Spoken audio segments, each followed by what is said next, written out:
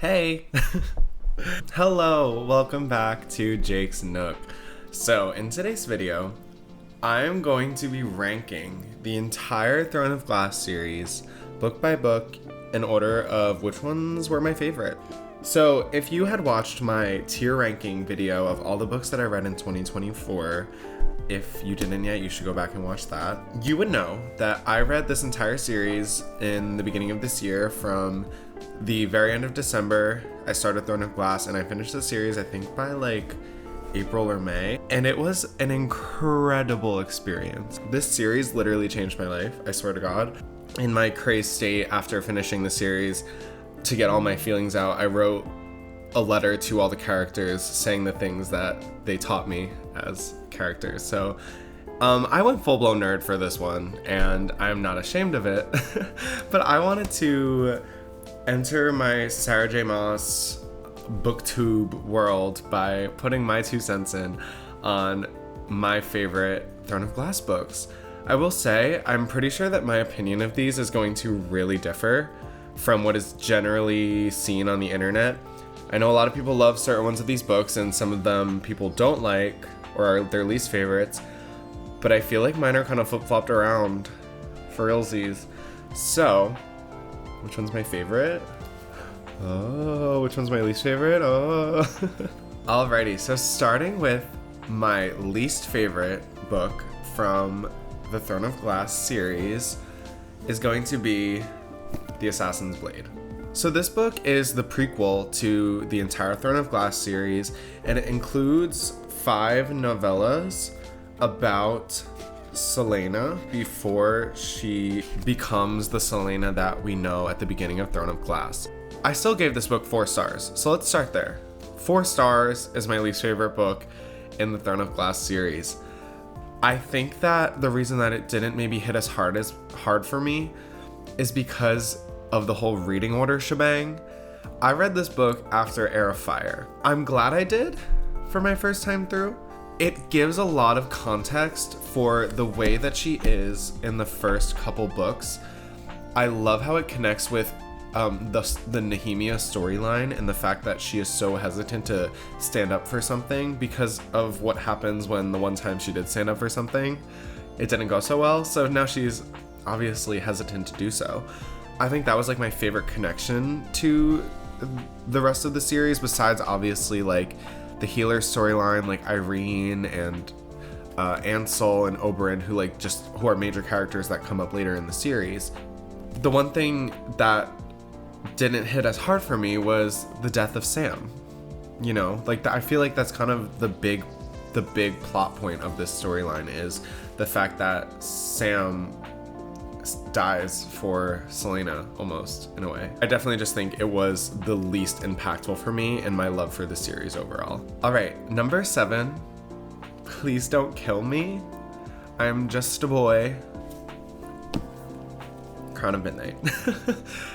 This was, honestly, when I read this, I wasn't 100% that I was going to continue the series. I knew I was going to continue the series, but I was not hooked yet.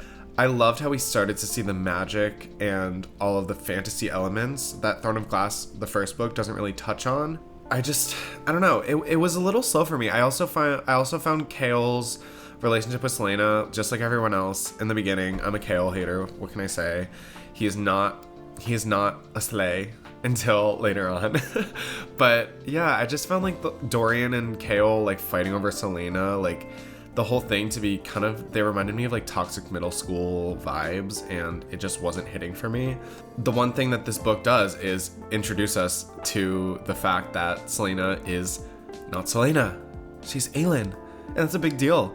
I did start to predict it as I was going through it, but yeah, I think that really hits. I think Nehemia's death really hits. I love how we have this like secret society that's brewing in support of Aelin Galathynius, and we don't really know what's completely going on. I think there is an air of mystery to this that works really well for it. To me, this book's a little slower compared to the other ones. But oh my gosh, I did kind of forget. I love the murderous rampage she goes on after the death of Nehemia. That was really freaking cool. Once again, please don't hate me. I see a lot of people say that this is their favorite book in the series. Don't kill me. My number 6 is going to be Queen of Shadows. So Queen of Shadows centers around a lot around Morath. I'll say some key standouts for this one for me. We have Asterin's backstory, which was amazing. Kaltain, how she, goes down with the ship. That was so amazing to see her get the last word. Kaltain was one of my favorite characters in the beginning, and I was so sad that she kind of disappeared, but she makes a triumphant comeback. I wrote in my Goodreads review that I felt that this book ended in a way that wrapped up a lot and was setting it up for the future, and I was not sure where it was going to go after this. In this book, we also bring back Lysandra from Assassin's Blade, and we bring back Oberyn from the beginning. We also meet Alid, who's a great character. Her and Manon's relationship is one of the standouts for me across the entire series, so I love that we got this here. It was overall a really exciting book. Like I said, this whole series is 4 stars and above. Just overall in the series, this one just didn't hit as hard for me. I don't know if I just wasn't in the right headspace to be reading it at the time, but yeah, so this book will be number 6 for me. All right, number 5, we have the OG, we have Throne of Glass. This book is one that I really can easily recall everything that kind of happens in it. I don't know if that's a testament to the fact that I did really like it, or just that it is the most tight storyline, I'd say. There isn't a ton we're following besides Selena and Dorian and Kael and this competition that they're having at the castle. I just found the mystery and the suspense of really trying to figure out what was going on very interesting. We don't have a lot of those really high fantasy elements yet. Those really start to come in Crown of Midnight to Heir of Fire, but Selena as a character is introduced, really, this was the first book I read. She's introduced as this really arrogant but good person, and she has this girly side, but she also, has this murderous, intense side, and I love her, and I love her and Dorian's relationship. And Kael in this book is tolerable. He's enjoyable. But yeah, I found this book really exciting, and I loved that it was centered around the competition. I feel like it really grounded the story, and that it wasn't hard to follow as the first book in a fantasy series, as opposed to kind of throwing in all of the fantasy elements before we even really know the characters or what's going on. I think that certain fantasy series, that's kind of where they struggle, is that they kind of just throw you right in a way that is really hard to pick up on, and you have to keep referring back to the map. In this book, we're really just taking our time and getting to know Selena and Kael and Dorian and the castle that they're in and the king, and they're throwing in a few little elements and they're letting us take our time with it. All right, number 4, we're going into Tower of Dawn. I wasn't sure I was gonna love it. I was kind of very hesitant about it because, we keep talking about him. Kael's just a mixed bag on how he is in each book. So having a story that's centered around him and Nezrin, who we didn't really know Nezrin a ton at the time. She's kind of, flecked in a little bit in Queen of Shadows, but she's not given a ton of, page time. So having it centered around them was a little, it is an interesting choice, but she is Sarah J. Maas and she killed it. I absolutely adored this love story. I think that Kael and Irene's love story was crazy good. I just loved it. I think they were a perfect match for each other. They had a lot of the same issues, but they were different, and they were able to connect over it. And Kael had to put his trust in her, and she had to put her trust in him, and her learning to stand up for herself. And we learned that Maeve is Valg and not Fae, which was something that we did not know yet, and that was incredibly amazing of a way to set us up for the final one. We learned about the spiders and all that, and spending time in this other continent was really fun. I know that a lot of people have an issue with Empire of Storms ending off on that cliffhanger, and then not being able to go right into Kingdom of Ash, but I feel like Empire of Storms is just so intense and all over the place. I was kind of glad to like take a break for a second. I didn't tandem read it. I read them separately. I read Empire of Storms and then Tower of Dawn. But like I said, I think it was like nice to take a break and not be really overwhelmed. All right, we're entering my top 3. At number 3, I have Empire of Storms. Empire of Storms was an emotional roller coaster all the way through. We see a lead growing as a person in Lorcan. Like, their relationship was absolutely outstanding. That was one of the standouts for me in this one. I like love Lorcan, one of my favorite characters in the entire series. We see Aelin like finally, you know, doing some crazy things. I think that like my issue with Queen of Shadows is that everyone was like, OMG Aelin, we love Aelin, she's perfect, Aelin's perfect, blah blah blah, we love Aelin. But in this one, I feel like she's making these decisions as a leader, but like people are starting to challenge her on it, which I found really good. But in like that last sequence on the beach will just like forever stick with me. It's just crazy good. Everything was just so good. I think this book is the most intense one overall. Like, it never really stops. It just goes and goes and goes and goes.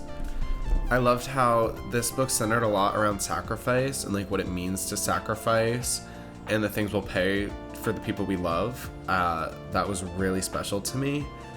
And I love how we got back a lot of the characters at the end of this from Assassin's Blade, and we're really just gearing up for the finale, and I was so excited to finish the series after this one.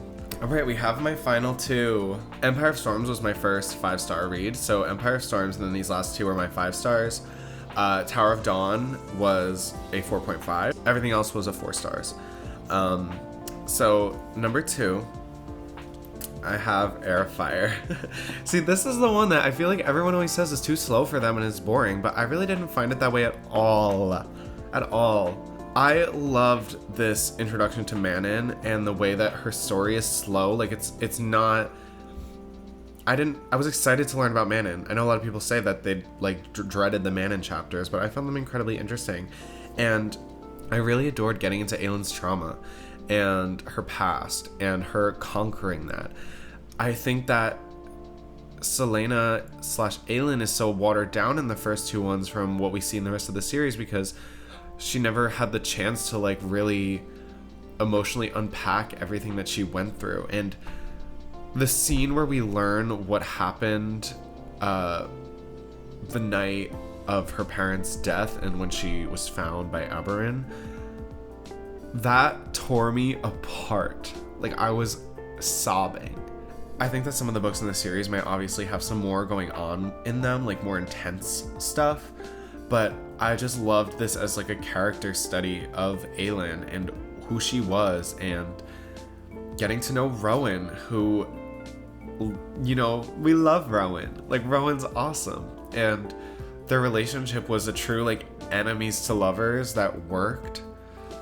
And getting introduced to Maeve and who she is, the world, I felt, really opened up in this one, especially because we got Manon's whole point of view, and the fact that there was a lot going on in Aurelia that wasn't just centered around Aelin. Throne of Glass and Crown of Midnight are so laser focused on Celaena and her story that starting this book being like, this is Aelin Galathynius, and this world has a lot of crazy things going on in it. There's magic, there's fake queens, there's, you know, missing princesses, there's monsters, there's Valg. This book to me just felt completely different than the first 2 books, and I think that's maybe why it's so high for me, is my experience reading it was just not... It was just so different than the first 2. It really felt fine. It really felt like this is something different. This is fantasy. Like, this is high fantasy that we don't really, in my opinion, feel in the first 2 books. Yeah, I loved Heir of Fire. I think this one is the most impressive character-wise. I think Aelin's story and journey back to who she is unmatched. Now, obviously, number 1 for me, if you couldn't tell from my stack behind me which one is missing, was Kingdom of Ash. Now, Hello? Ambulance, bubbly break. Now, this book, I understand, is long, and there is a lot in here that is them like traveling around and preparing for battles, and these like Adian's whole storyline honestly was mid. Like Adian in this book for me just like doesn't hit. I never really liked Adian though, I won't lie. He's always boring to me. I think he's like I think Adian is the weakest link in this entire series. But anywhoomst, the experience of reading this book was just unmatched compared to the rest of the series. I don't think anything compares, in my opinion, to Kingdom of Ash, and reading it all the way through and experiencing this final stand in Terrasen and all of the characters coming together and the emotional roller coaster that we go on with Manon and the 13 and with Dorian and Manon and a lead that like when she rides out on the horse like and freaking Evangeline and how she like Darrow, like, oh my gosh. This is not an incredibly analytical ranking of this series. Like, I'm really just ranking this on the experience that I had reading them. And Kingdom of Ash, just all the way through, was so powerful. I'm not usually like a big happy ending type person, but I adored these characters so much by the end. I think seeing them all in a good place at the end just made my heart so happy. Moving away from like the end and all of that middle stuff, like the beginning sequence of Aelin and Fenris, who we didn't see a ton of before this book, connecting, and that connection that they build that sticks through the entire book. I think this series takes young adult / new adult fiction and has it deal with trauma in such a really special way. Aelin is quite thorny at times, and it's just like how she coped. And her connection with Fenris, I think, is really special. And they like trauma bonded. I'm like, I need to take a break. I need to take a breather. Yeah, so I just think there's nothing that has matched my feeling of reading Kingdom of Ash in this series, and like any book I've read. I think Aelin as a character is just so inspiring. Like the way Sarah J. Maas wrote her as someone who was able to go from a starting position of thinking that she was okay and dealing with her grief by running away and, you know, becoming someone else, to accepting who she is and then like struggling and falling because she wants to be so independent, and then turns into someone that knows that she could rely on people and that doesn't take away her strength. The way that the series wrapped up by having every single storyline and loose thread brought into this final moment and this finale, I just haven't experienced with anything else. Like, it was just so perfect. Once again, like we could talk about it being a little stretched out and long in certain areas, but I think that the highs of this series overall are just like all put into this book, in the fact that we have these incredible characters. All of those relationships culminate into this book. You know, even like Adian and his father's whole finale, like Lorcan finally accepting his like love from a lead, and Rowan and Aelin just continuing to love each other so fiercely, and Dorian and Manon, it was just so good. The reason that I ranked this book as my favorite book was just because of the way that it wrapped up this series that meant so much to me for so many months, and these characters that meant so much to me for so many months. So yeah, I would call it my favorite book because of the experience I had reading it. And yeah. Alrighty, so here is my final ranking.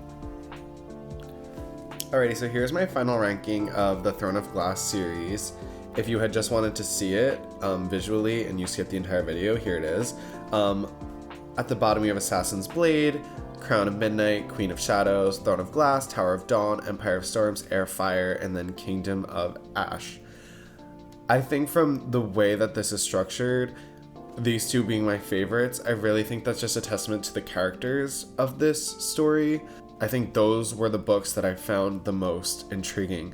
I think Crown of Midnight, for example, and Assassin's Blade being on the bottom, like, I think that those two books are not as character focused, in my opinion, as the rest of them. I love this series, and this is the only Sarah J. Maas series that I've read. I think I'm gonna start reading ACOTAR soon. I have A Court of Thorns and Roses on my bookshelf. I hope that maybe we can chat in the comments about which books were your favorite and which ones were your least favorite. Tell me how I'm an idiot for having Air of Fire all the way up here when it was the worst book. But yeah, so I hope you all have a lovely day and you have a great time living in the Sarah J. Maas universe, because I know I sure do.